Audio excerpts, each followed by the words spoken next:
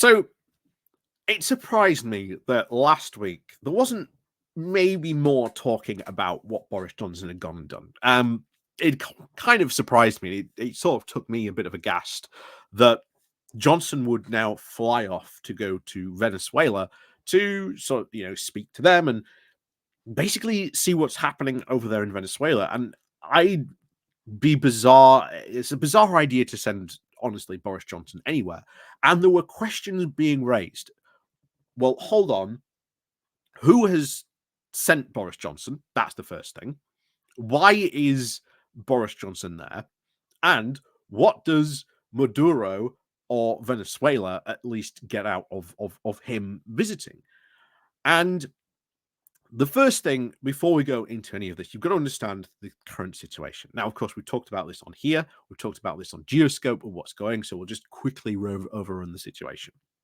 So Guyana, again, former British colony. Part of it has had a long-standing territorial claim by Venezuela. It has claimed that territory for quite a long time, since like 18 something or other, I believe. But every single time under international courts, ever since then, even very recently, it has been told, no, you can't claim that territory. We don't, the international community doesn't recognize your claim on this. Now, what has obviously happened in response to that was that Maduro then decided, well, okay, I'm going to launch my own referendum to ask the Venezuelan people, not the people in Guyana, of course, because, forget about them. We're going to ask the people in Venezuela, would you like me to do a little bit of an invasion, a little bit of annexation? And of course, this does break international law. Are you cool, people of Venezuela, with me breaking international law? I kid you not, that was what the referendum was all about. And of course, he won that referendum. And troops, or Venezuelan troops, since then have been deployed along the border. And according to Maduro and the Venezuelan foreign office that they've put out, that those troops are just there to try and look at uncovering and stopping any illegal mining operations going on along the border. Now, of course, remember, this is the exact same ploy that Putin played. These troops are just there for training purposes. They're not going to invade at all. Gee, I wonder where he got this idea. And of course, Russia will be popping back up in this as well. So we'll get back to that Russia connection in a moment. But so you've got all that situation going on. Oh, and Brazil also getting involved in here. They've sent special forces up to the Venezuelan Guyana border as well on their side, and they are currently in a response to Venezuela. When Venezuela asked, "Well, why are you sending special forces there?" They just went, "Oh, we're just looking for illegal mining activities as well," which I found quite funny for them to respond in that same way as well. And of course, we've sent a destroyer out there as well to say, hey, Venezuela, don't do this. The United States also has sent a ship as well, I believe, to say, hey, don't do this. But at the moment in Venezuela, we still don't know potentially what could go on there. And it is the bizarre question, along comes Boris Johnson. So what on earth is everyone's favorite blonde diplomat doing in Venezuela? Well, we'll get to that in a moment. So before we do go getting more into this, please do remember to click on the like, the share button, the links down below, the Patreon page, the one-off donation link called Buy Me Coffee, where you can buy me coffee, the YouTube thank you button, and of course the Pony Club as well. So thank you very much to everyone who does support the channel. Like I say, don't forget to leave a like, leave a share, and of course a comment down below. So why Boris Johnson? Why on earth Boris Johnson? So let's cover the first thing. According to reports from what we know, this was not sanctioned by Cameron. I had initially thought myself, why on earth would Cameron send someone like Boris Johnson over to Venezuela? Is he trying to, I don't know, is Johnson trying to sort of realign his image? One of the first things actually Boris Johnson did when he actually entered the mayoralship down in London was he actually cancelled a Ken Livingstone deal with London and Venezuela to sort of buy oil. So there is sort of that previous Venezuela connection. He also accused Jeremy Corbyn of being Caracas. I know, good old fashioned Boris joke there. But it's not.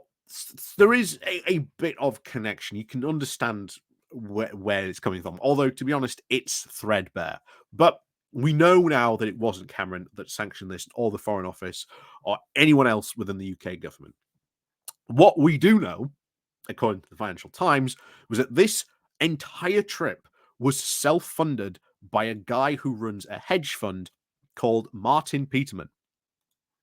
And he is a hedge fund manager who wants to try and normalize relations with the UK and Venezuela, probably in the hopes to attract more private investment and, of course, probably help out the energy situation here in the UK. Wouldn't surprise me if that is the selling point on this. We do know, once again, according to the Financial Times, that apparently Johnson texted and told the Foreign Office on his way there. So, because at the moment we do not recognize the Maduro government as a legitimate government, we do not have a proper ambassador. We just have someone with a very fancy title. He's sort of our man in Venezuela, almost in a way. So he sort of acts as the UK's diplomat there. We know that Johnson not only met with him before going to see with Maduro, but also met with him after going to see Maduro as well. And according to one of Boris Johnson's insiders, they talked about democracy, Ukraine, which is again kind of weird that they were talking about this. Now, why are they talking about Ukraine in particular? Well, that's because last week, Sergei Lavrov turned up in Venezuela as well. And the worrying thing becomes is, why was Sergei Lavrov there? Obviously, heavily there trying to talk about not only maybe getting Venezuela, because they do support Russia in its invasion of Ukraine.